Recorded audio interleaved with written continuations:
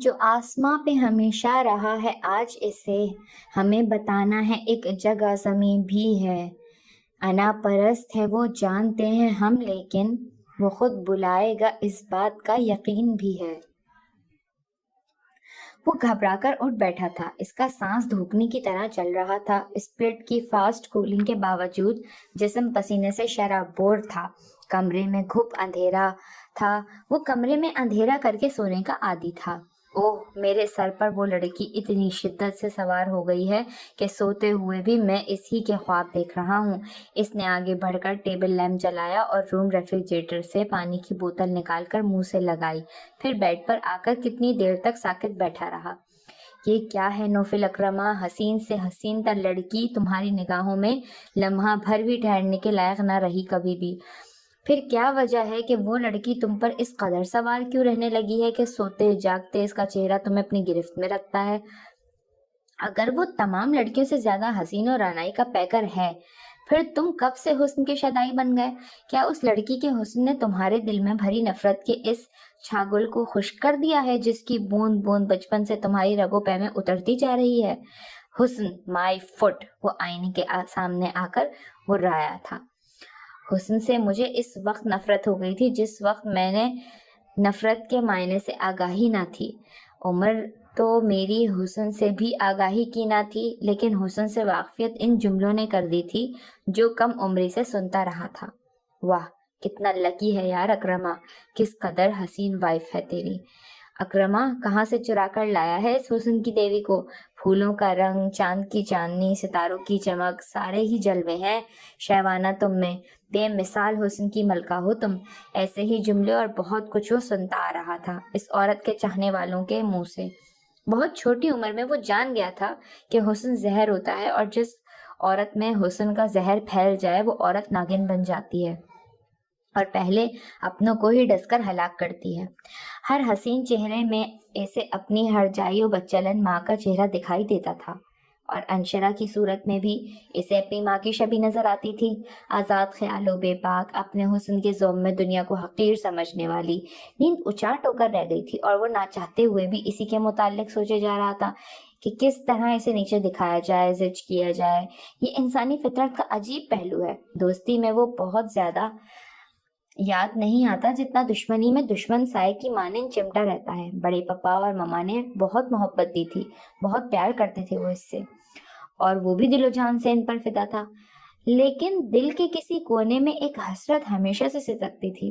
کاش اس کی ماں دنیا کی بدصورت ترین عورت نہ ہوتی اور اس کا باپ غریب ترین مرد ہوتا، محل کی جگہ کسی کچی جھونپڑی میں زندگی گزر رہی ہوتی، اور وہی زندگی مزیدار ہوتی جہاں آدھی روٹی کے ساتھ پیار پورا ملتا، جہاں آسائشات کا ڈھیر نہ ہوتا مگر پیار و خلوص کی فراوانی ہوتی، اور نہ باپ مرتا نہ ماں کا آنچل سر سے جدا ہوتا۔ کاش۔ چائے کا مگ چھوٹ کر اس کے ہاتھوں پر گرا اور بے اختیار اس کے منہ سے چیخ نکل گئی۔ چائے گرم گرم بھاپ اڑاتی ہوئی تھی۔ وہاں بیٹھے سب لوگ اس کی طرف اٹھ کر آ گئے۔ بوا بھاگ کر برنور لے آئی تو صوفیہ نے جلدی سے لگانا شروع کر دیا تھا۔ لمحے بھر میں ماحول ٹینسڈ ہو کر رہ گیا تھا۔ شاہ زیب نے جو شرارت اس کے ساتھ کی تھی اس کا ہاتھ دبایا تھا اور اسی وجہ سے مگ اس کے ہاتھ سے گر گیا تھا۔ وہ شرمندگی اور خجالت کے باعث اٹھ بھی نہ سکا، جبکہ زید اسی طرح اطمینان سے بیٹھا چائے پیتا رہا، ایک نگاہ کے بعد دوسری نگاہ اس کی طرف نہ ڈالی، اور یہ اس کی ایک نگاہ کی حدت ہی تھی جو اس کے ہاتھ سے کب گرا تھا۔ تکلیف کی وجہ سے سودا کے چہرے کی رنگت بدل کر رہ گئی تھی۔ مونس صاحب کے کہنے پر بوا اور صوفیہ سے وہاں سے لے گئی تھی تاکہ وہ اپنے کمرے میں آرام کر سکے۔ تم کیوں اس قدر ٹینس ہو گئے ہو؟ زید پشیمان بیٹھے شاہ زیب سے مخاطب ہوا۔ میری شرارت کی وجہ سے سودا کتنی تکلیف میں مبتلا ہو گئی ہے، نہ میں اس کا ہاتھ دباتا، نہ چائے گرتی، اور نہ او کم آن یار، تم گلٹی فیل کیوں کر رہے ہو؟ معمولی سی جلن ہے، کچھ دیر میں ختم ہو جائے گی، اور ایسا عموماً ہوتا رہتا ہے۔ لیڈیز کے ساتھ کچن میں وہ مسکرا رہا تھا۔ نامعلوم کس جذبے کے تحت شاہ زیب کو اس کی مسکراہٹ بہت عجیب سی لگی، لیکن وہ چاہنے کے باوجود نہ پوچھ سکا کہ کسی کی تکلیف پر راحت سے مسکرانا کیا معنی رکھتا ہے۔ آپ شرمندہ نہ ہوں بیٹا، اتفاقیہ طور پر یہ حادثہ ہوا ہے۔ چائے بہت زیادہ گرم تھی اس لیے اس کا پاؤں جل گیا ہے، اور تکلیف بھی زیادہ ہے، وگرنہ سودا بہت صبر والی بچی ہے، مونس صاحب نے کہا۔ تکلیف کے مارے ہی اس کے منہ سے چیخ نکلی ہے، ورنہ وہ اندر ہی اندر گھٹ کر ہر دکھ درد کو سہنے کی عادی ہے۔ زمرد بیگم گویا ہوئی۔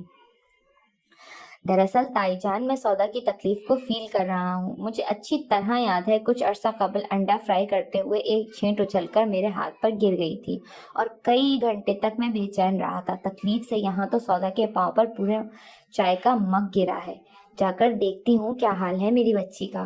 زمرد اٹھتے ہوئے بولنے لگی۔ آپ چائے پیئیں تائی جان، میں دیکھتا ہوں جا کر۔ شاہ زیب جو خاصا بے چین ہو رہا تھا فوراً اٹھ کر گویا ہوا۔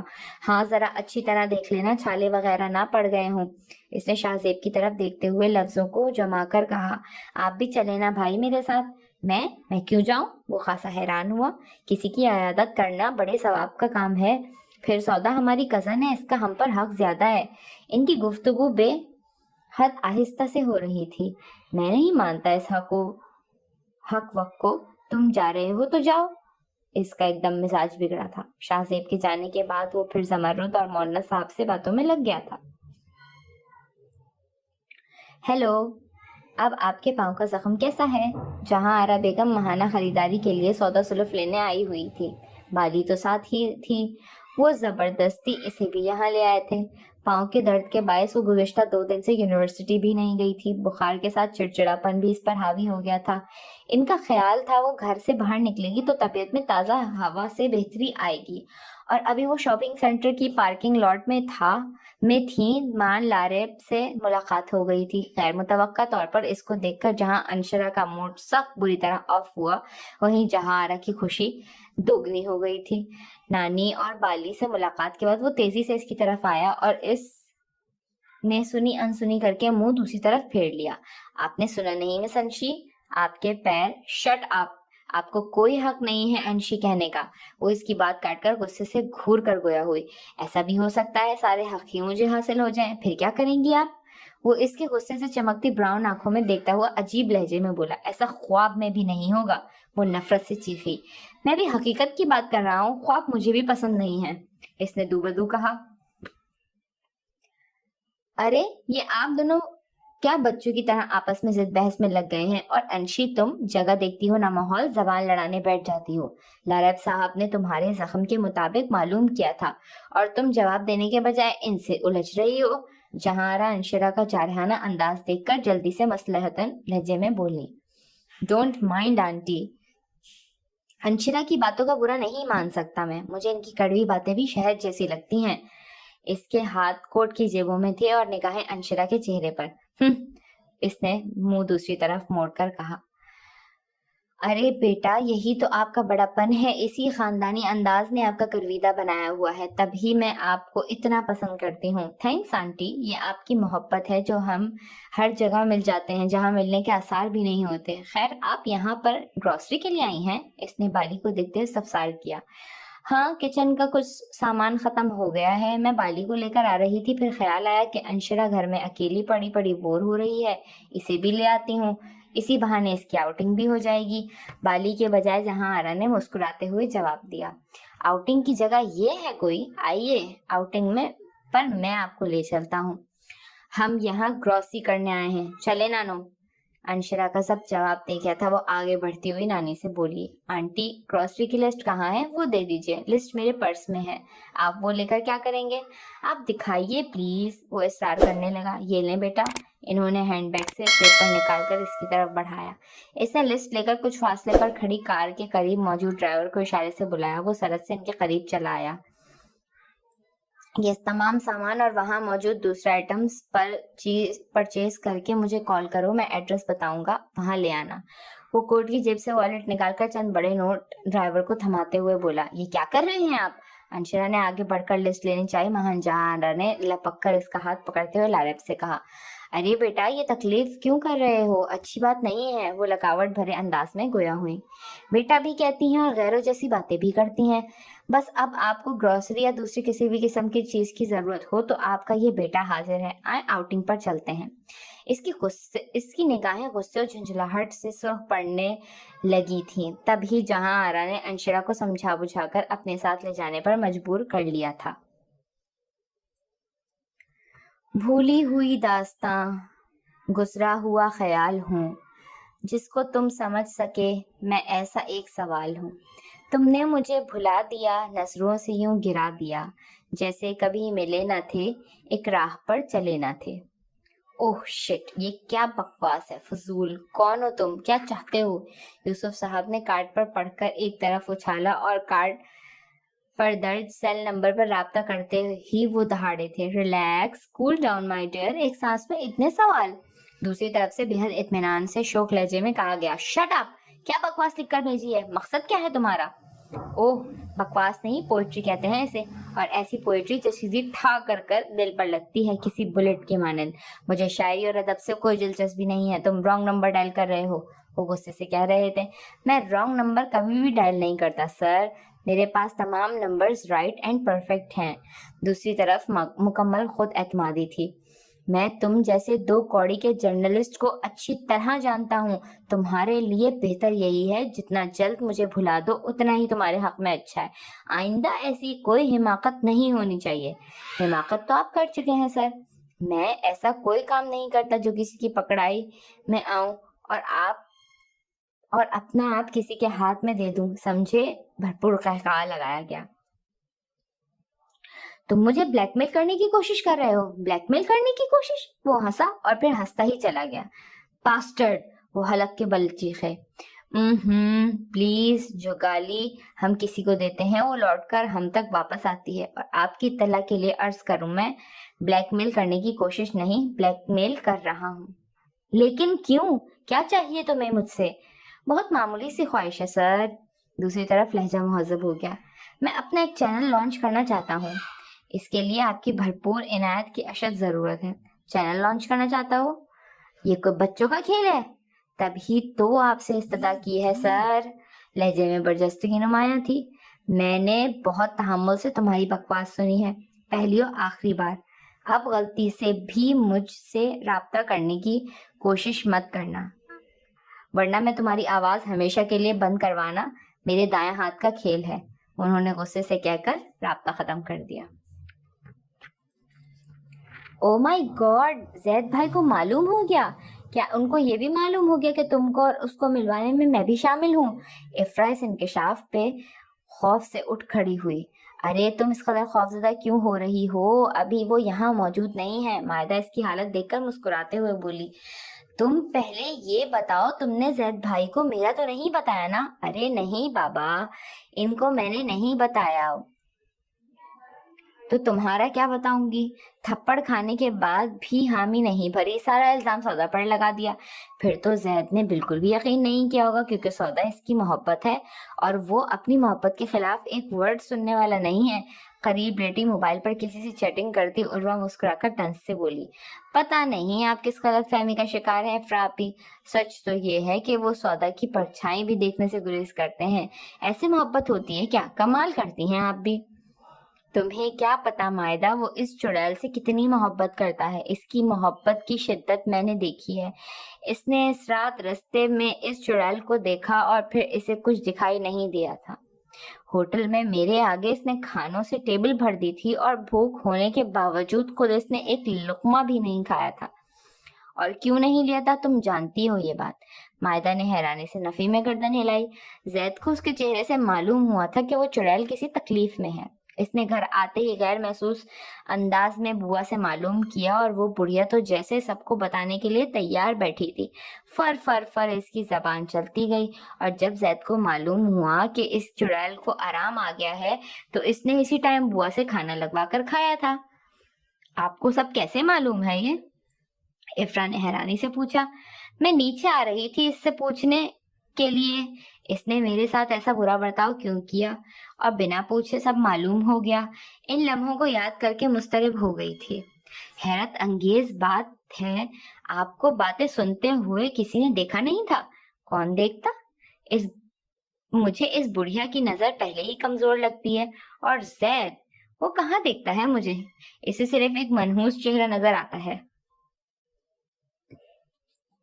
آپ کچھ بھی کہیں میں مان ہی نہیں سکتی کہ بھائی سودا سے پیار کرتے ہیں۔ یہ ناممکن بات ہے۔ بھائی کے ساتھ میرا وقت گزرتا ہے، کاش ایسا ہی ہو جو میں کہوں وہ جھوٹ ہو. زید صرف مجھ سے ہی محبت کریں, میں ہی ان کے پیار کے قابل ہوں. وہ جذباتی انداز میں اس کا ہاتھ پکڑ کر کہنے لگی, تم میں کسی چیز کی کمی ہے کیا؟ دیکھو وہ پیار بھی تم سے کریں گے اور شادی بھی, کیوں مائدہ, ٹھیک کہہ رہی ہوں نا میں؟ افرا نے مسکراتے ہوئے کہا, ہاں بالکل صحیح, رائٹ. مائدہ نے مسکرا کر گردن ہلائی. اگر اس نے شادی نہ کی مجھ سے تو میں تمہیں ہتھیار بناؤں گی اور اسے تم ہی میرے لیے راضی کرو گی. وہ دل میں مائدہ سے مخاطب ہوئی تھی. نوفل نے بے حد تعجب سے ان لوگوں کو وہاں سے جاتے ہوئے دیکھا تھا. یہ شہر کا مہنگا ترین ہوٹل تھا جہاں وہ اپنے چند غیر ملکی دوستوں کو لے کر آیا ہوا تھا. لاریب کے ساتھ جو 3 وجود تھے, ان تینوں کو بخوبی پہچانتا تھا. وہ لفٹ سے نیچے جا رہے تھے اور وہ اوپر آ رہا تھا. درمیان میں فاصلے کے باوجود لاریب نے انہیں نہیں دیکھا تھا. تنبیہ کے باوجود اس نے انشرا کا پیچھا نہیں چھوڑا تھا. جبرن دوستوں کے خاطر اس کو وہاں سے اٹھنا پڑا تھا. کھانے پینے سے رغبت بالکل ہی ختم ہو گئی تھی. جیسے تیسے دوستوں کو نپٹا کر وہ گھر آیا. میں نے تم سے کہا تھا نا اس لڑکی سے دور رہنا. وہ ٹھوکر مار کر اس کے کمرے میں داخل ہوا اور دھاڑ کر بولا, اگر کوئی لڑکی مجھ سے دور نہ رہنا چاہے تو. وہ کسی حد تک اپنے خوف پر قابو پا چکا تھا, اس لیے بات سمجھ کر ڈٹائی سے بولا, تم جانتے ہو لڑکی کی قربت. اب کوئی خود قریب آئے تو میں کس طرح خود کو دور رکھ سکتا ہوں, بتاؤ مجھے. وہ خود تمہارے قریب آئی تھی. نوفل نے اس کی آنکھوں میں دیکھا. اس نے گڑبڑا کے نگاہیں چرائی تھی. یا تم اس کو قریب لانے کے لیے اس کی نانی کو دانا ڈال رہے ہو؟ اب جو تم کو سمجھ آئے.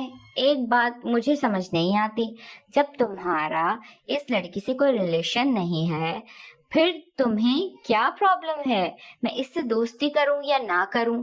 پھر اس کی طرف جھک کر بولا, آپس کی بات ہے, تم انشرا کو لائک کرتے ہو. آئی نو مائی ڈیئر بردر, تمہیں عورتوں سے نفرت ہے. تم عورت کو جوتی کی نوک پہ رکھتے ہو, لیکن دل گلیشیئر کی مانند ہوتا ہے, اندر ہی اندر پگھل کر حدت اسے پگھلانے لگتی ہے اور وہ ایک دن اچانک ہی پگھل کر پانی بن جاتا ہے, بہ جاتا ہے. تمہارے دل کی بھی کہیں ایسی ہی حالت تو نہیں ہے؟ ایک لڑکی کی اتنی کیئر, تم جیسا بے پرواہ بندہ خواہ مخواہ تو نہیں کرے گا. کہہ چکے یا کچھ اور بھی کہنا باقی ہے؟ وہ ہنوز سر سپاٹ لہجے میں گویا ہوا.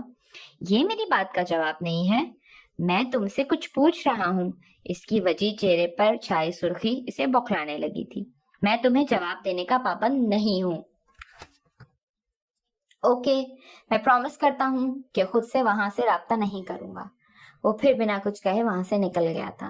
لاریب کی باتوں نے اسے آئینہ دکھا دیا تھا کہ جب سے وہ انشرا کو کوئی اہمیت دینے کو تیار نہیں ہے تو پھر اس کی پرواہ کرنے کی ضرورت ہی کیا تھی.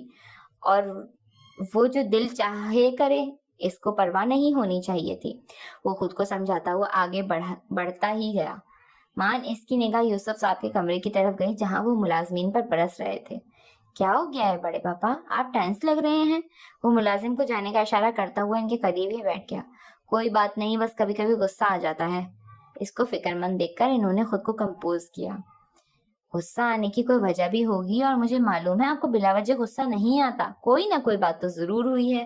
وہ انٹرکام پہ ملازمہ کو کافی کا آرڈر دینے کے بعد گویا ہوا. ایسی کچھ خاص بات نہیں ہے بیٹا, بس جو وہ جرنلسٹ ہے نا سیف فاروقی, اس نے آج کارڈ پر فضول سی پوئٹری لکھ کے بھیجی تھی. میں نے کال کی تو الٹی سیدھی بکواس کرنے لگا. وہ سیف فاروقی سے ہونے والی گفتگو دہراتے ہوئے بولے, حیرت ہے آپ نے اس کی بکواس برداشت کس طرح کی اور کیوں؟ وہ کیوں بلیک میل کرنا چاہتے ہیں؟ آپ کو اس سے بات کرنی ہی نہیں چاہیے تھی. اس کی پیشانی پر گویا شکنیں در آئی تھی. کوئی ایسی بات ہوتی ہے جو نہ سننے کے باوجود بھی سننی پڑتی ہے, نہ چاہنے کے باوجود بھی سننی پڑتی ہے. اس نے حیرانی سے ان کی طرف دیکھا. وہ نگاہیں جھکا گئے. وائے بابا, آپ اتنے کمزور کس طرح ہو گئے کہ کوئی آپ سے بکواس کرے اور آپ نہ چاہنے کے باوجود سننے پر مجبور ہو جائیں؟ زیتون کافی لے کر آئی اور اس کے آگے آنے سے ان کے درمیان موضوع بدل گیا. وہ کاروبار کے متعلق باتیں کرنے لگے تھے. چند ماہ بعد اس کا MBA مکمل ہونے والا تھا اور وہ اتنی شدت سے اسے بزنس کی طرف راغب کرنے کی کر رہے تھے. نئی کمپنیوں کے متعلق وہ اسے بتا رہے تھے, لیکن وہ محسوس کر رہا تھا ذہنی طور پر وہ حاضر نہیں, کسی ادھیڑ بن میں لگے ہوئے ہیں. وہ کافی پی کے اٹھ گیا تھا. یوسف صاحب نے ذہنی الجھن کے باعث اس سے وہ باتیں شیئر کر لی تھیں جو نارمل انداز میں کبھی بھی نہ بتاتے، کیونکہ بات ساری یہ تھی سیف فاروقی کا پراعتماد لہجہ اور بھرپور معنی خیز گفتگو ان جیسے نڈر اور جہاں دیدہ بندے کو بھی پریشان کر گئی تھی۔ وہ یہ سوچ کر پریشان تھے کہ نہ جانے ماضی میں ان سے کیا ہو گیا تھا۔ عمرانہ مائدہ اور عروہ کے اصرار پر رضوانہ کے گھر رک گئی تھی۔ فون پر زید کو مطلع کیا تھا، اسے ان کا وہاں رکنا برا لگا تھا۔ ماما آپ کو میرا ذرا خیال نہیں ہے، اگلے ہفتے آپ وہاں رکی تھی اور اب پھر آپ وہاں رکنے کی بات کر رہی ہیں، یہ ٹھیک نہیں ہے ماما۔ اب آپ ہی اتنے پیار سے ٹھہرنے کا کہہ رہی ہیں تو کس طرح ان کا دل توڑوں بتائیے۔ ایک عرصے سے میں اپنوں کی قربت کو ترسی ہوں، اب مجھے اپنوں کی رفاقت سے سیری حاصل کرنے دیں۔ ان کے مخصوص انداز میں وہی شکایت، خفگی اور نا آسودگی تھی۔ مما میں بھی آپ کے بغیر تنہا ہو جاتا ہوں، آپ کے بنا گھر گھر نہیں لگتا، آپ کو معلوم ہے نا کہ میں آپ کے بغیر نہیں رہ سکتا۔ مائدہ کی حمایت لینے پر ان ماں بیٹے کے درمیان غیر محسوس طریقے سے کچھ فاصلے آ گئے تھے جن کو ختم کرنے کی اس نے ہر ممکن سعی کی تھی، جبکہ عمرانہ اپنی اصلی ہٹ دھرمیوں ضدی طبیعت کے باعث پہل نہ کر سکی تھی اور اس کے دل میں ماں کی محبت پہلے سے دگنی ہو گئی تھی۔ آپ یہاں پر آ جائیں، یہ گھر بھی آپ کا اپنا ہے۔ رضوانہ آپ ہی بار بار اصرار کر رہی تھی کہ آپ بھی ادھر ہی آ جائیں، آفٹر آل خالہ کا گھر بھی ماں کا ہی ہوتا ہے۔ وہ پیار سے گویا ہوئی، سوری ماما مجھے اپنے بیڈ روم کے علاوہ کہیں نیند نہیں آتی۔ یہ آپ کیا کہہ رہے ہیں؟ اب اس دعوے میں کوئی صداقت نہیں رہی ہے، جب آپ لاؤنج میں سو سکتے ہیں تو خالہ کے گھر میں بھی نیند آ جائے گی۔ ان کے طنز بھرے لہجے میں جو زہر تھا وہ اس کی رگ رگ میں اترتا چلا گیا۔ لاؤنج گھر کا حصہ ہے اور خالہ کا گھر ایک اجنبی گھر ہے ماما۔ اس نے موبائل رکھا اور گہری سانس لے کر بیڈ پر ترچھا لیٹ گیا تھا۔ بہت خلوص سے کی جانے والی نیکی اس کے گلے کا طوق بن گئی تھی۔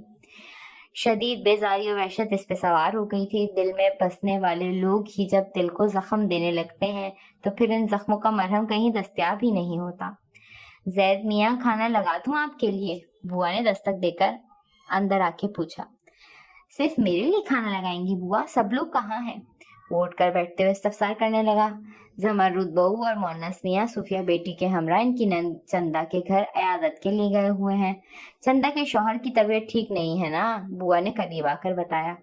مجھے بھوک نہیں ہے، اچھا چائے لے آؤں آپ کے لیے بیٹا؟ شکریہ بوا، کسی چیز کی ضرورت نہیں ہے، آپ آرام کریں۔